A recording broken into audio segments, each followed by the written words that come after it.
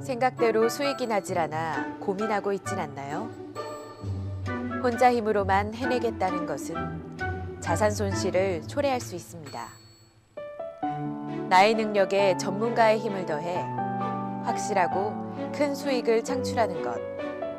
그것이 바로 현명한 투자입니다. 투자자의 마음으로 NBA.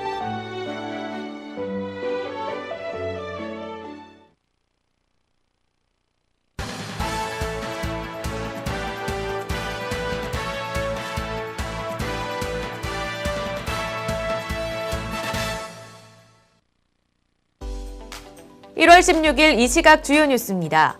신용카드 승인액 증가율이 2009년 금융위기 이후 최저 수준에 달하고 휘발유 소비량은 2008년 고유가 파동 이후 가장 큰 폭으로 줄었습니다. 소비자 지갑까지 얼어붙었습니다.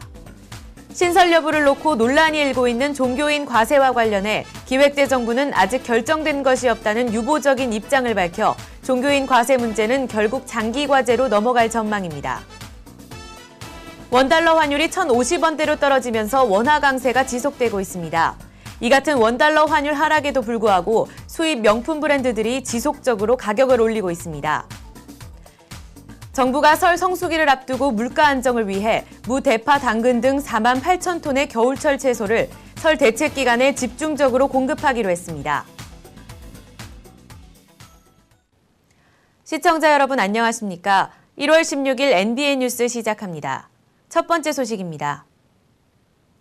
기록적인 한파와 폭설 속에 내수 침체까지 장기화되면서 소비자들의 지갑도 꽁꽁 얼어붙었습니다. 카드 승인액 증가율이 금융위기 2009년 초 이후 최악 수준으로 둔화했고 휘발유 소비량은 2008년 고유가 파동 이후 가장 큰 폭으로 줄었습니다. 16일 기획재정부에 따르면 신용카드 국내 승인액은 2011년 12월보다 7.1% 늘어나는 데 그쳤습니다. 2009년 4월 이후 3년 8개월 만에 월별 최저 증가율입니다. 지난달 휘발유 판매량은 전년 12월보다 5.8%나 줄었습니다. 기재부 관계자는 12월 소비가 가장 왕성한 시기임에도 불구하고 이 같은 증가율 둔화는 내수 침체가 장기화한 데다가 기록적인 한파와 폭설 때문이라고 설명했습니다. 정부가 연초에 의혹을 보였던 종교인 과세 문제가 현 정부에서는 사실상 백지화되면서 또다시 장기 과제로 넘어가게 됐습니다. 청와대 고위 관계자는 15일 조선일보와의 통화에서 종교인 과세 문제는 현 정부에서 추진할 문제가 아니라며 아직 대통령에게 직접 보고는 이뤄지지 않았지만 이번 주 중 세법 시행령 개정안을 발표하면서 백지화 방침이 공식화할 것이라고 밝혔습니다.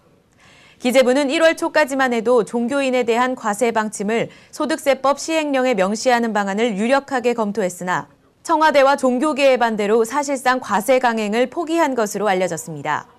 이에 따라 종교인 과세 문제는 차기 정부 과제로 넘어갔습니다. 원달러 환율이 1,050원대로 떨어지면서 원화 강세가 지속되고 있습니다. 하지만 수입 명품 브랜드들은 원달러 환율 하락에도 불구하고 지속적으로 가격을 올리고 있습니다. 이탈리아 브랜드인 구찌는 지난 14일 일부 인기 핸드백은 4%, 지갑은 5에서 11%를 인상했습니다. 루이비통도 지난해 10월 가방과 지갑 등 가죽 제품 가격을 3% 인상하며 2011년 2월과 6월에 이어 2년 동안 3번에 걸쳐 최대 15%나 가격을 인상했습니다. 원달러 환율은 지난해 5월 1,184원까지 올랐다가 지난 15일 1,057원까지 떨어졌습니다. 이렇게 환율이 떨어지는 것을 반영하면 수입 물품의 가격도 떨어져야 하는데 한 백화점 관계자는 최근 가격을 내리겠다고 한 명품 업체는 한 군데도 없다고 밝혔습니다. 정부가 설 성수기를 앞두고 물가 안정을 위해 겨울철 채소를 시중에 공급하겠다고 밝혔습니다.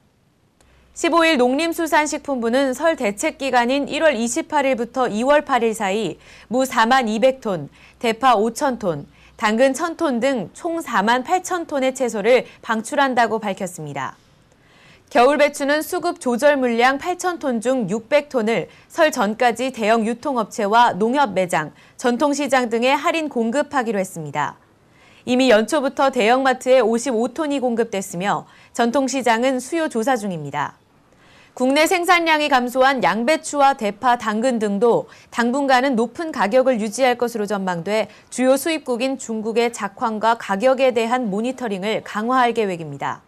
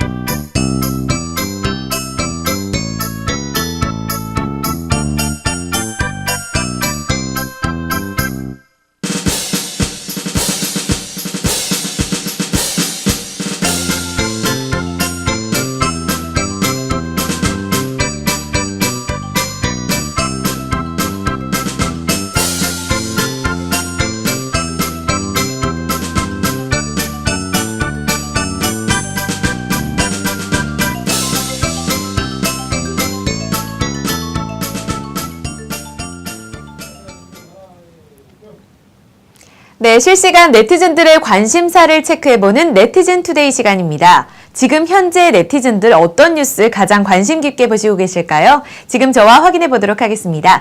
네이버 랭킹 뉴스 경제 부문 1위입니다. 무점포 창업 대박 사장님 알고 보니 재연 배우, 이런 기사 1위에 올라와 있는데요. 내용 한번 보겠습니다. 공정거래위원회가 무점포 창업 허위 광고에 대해서 칼을 뽑았습니다. 오크통 와인을 판매하는 무점포 창업자를 모집하면서 성공 사례를 거짓으로 광고한 A1 시스템에 대해서 시정 명령과 과징금을 부과하기로 했는데요. 이 A1 시스템은 와인을 무점포 창업 방식으로 공급하는 업체입니다. 문제는 A1 시스템이 실제 창업주가 아닌 인물을 내세워서 마치 성공 사례인 양 광고했다는 점입니다. 이로부터 공정위로부터 과징금 200만 원 등 시정 명령을 받았습니다. 계속해서 2위도 체크해 보도록 하겠습니다. 10억짜리 집 가진 당신, 상위 몇 %일까요? 내용 한번 보겠습니다. 서울시에서 상위 10% 안에 진입하기 위한 최소 주택 가격이 10억 2,500만 원인 것으로 나타났습니다. 상위 10%의 최저 진입선은 2002년 5억 원을 돌파한 이후에 10년 만에 2배로 치솟은 겁니다. 금융위기와 부동산 경기 침체에도 이 최상위층의 주택가격은 큰 변동 없이 견고했다는 분석이 나오고 있는데요. 상위 10%에 해당하는 아파트들은 강남과 서초, 송파 등 이른바 강남 3구에 집중 포진됐습니다. 하지만 요새 들어서는 비강남권의 비중도 점차 늘어가는 추세라고 합니다. 계속해서 다음 기사도 보시겠습니다. 10대 그룹 임원 10명 중 6명은 스카이. 평균은 58세, 이런 기사 3위에 차지하고 있습니다. 10대 대기업 그룹 사장 이상의 임원 10명 중 6명은 소위 스카이 출신인 것으로 조사가 됐습니다. 16일 CEO 스코어에 따르면 최근 임원 인사를 마친 10대 대기업 그룹들의 사장급 이상 임원 189명의 출신 대학과 나이를 조사한 결과 평균 나이 57.9세로 출신 대학은 서울대, 전공은 경영학이 가장 많았다고 합니다. 특히 서울대는 10대 그룹 상장사 사장급 이상 임원 중 GS를 제외한 9개 그룹에서 최대 인맥을 자랑했다고 합니다. 이런 기사 1, 2, 3위에 나와 있습니다. 네티즌 투데이까지 살펴봤습니다. 1월 16일 NBN 뉴스 저희가 준비한 소식은 여기까지입니다. 저는 내일 이 시간에 다시 찾아뵙도록 하겠습니다. 시청해주신 여러분 고맙습니다.